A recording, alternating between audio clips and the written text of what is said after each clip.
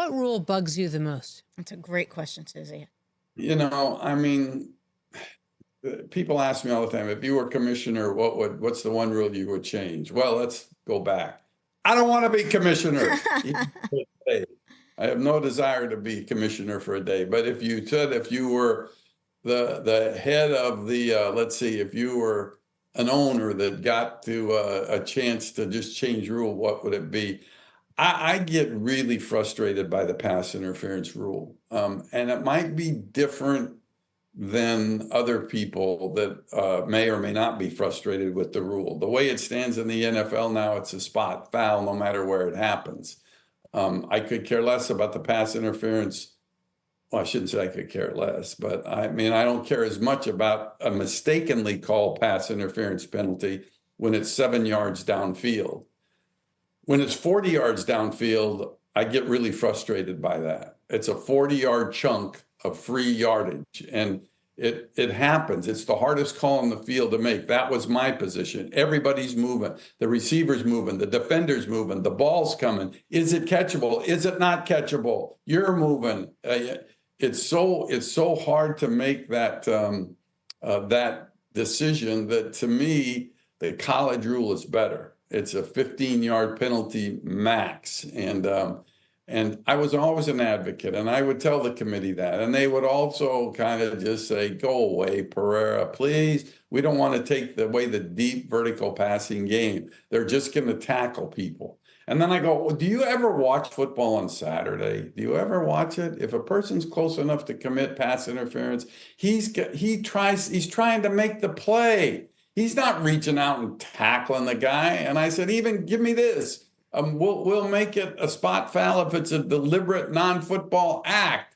We'll do that. But I could never get through, or I could never get it even tried. And so that's the one rule I would change. Make it the same yardage as offensive pass interference, even though offensive pass interference is only 10 yards. The defense could be much more than that. But no, and I just, nothing used to gall me more than having to say a 45-yard pass interference penalty was incorrectly called and see that big chunk of free yards. So you don't think the NFL will ever change that then? I don't think they ever will. There was never any momentum to do that. The only momentum that ever occurred was when they tried to make it reviewable in replay, and that was an absolute disaster that failed. The way that they set up that rule, it failed in the first quarter of the first preseason game that season.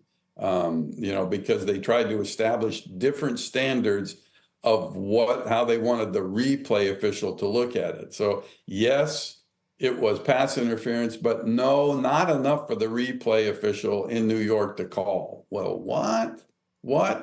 Talk about making a gray area call quite a bit more gray. That was the way to ensure that it was never going to work. You either had to say it is pass interference or not pass interference, but they weren't willing to do that. And so I don't see in any time going forward where they'll do anything with it.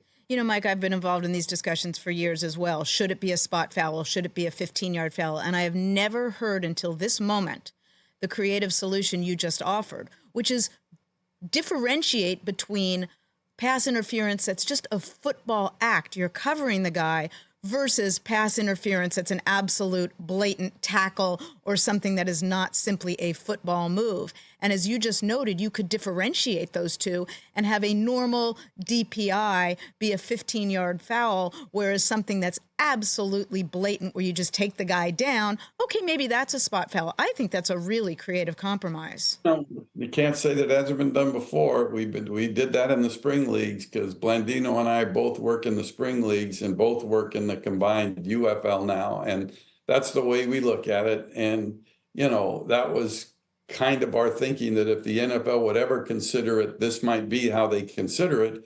And so we went through an entire season. You know how many we had? The deliberate foul, 0. We had 0 for the entire season. Wow. Doesn't happen. They try to make the play. Double move, guys beat, reach out and tackles them, that's one thing, but that usually occurs before the pass is thrown, so it falls into the category of defensive holding. But yeah, it's interesting. Check out new episodes of What the Football with Suzy Shuster and Amy Trask every Tuesday. Watch us on the Rich Eisen Show YouTube page or follow and listen wherever you get your podcasts.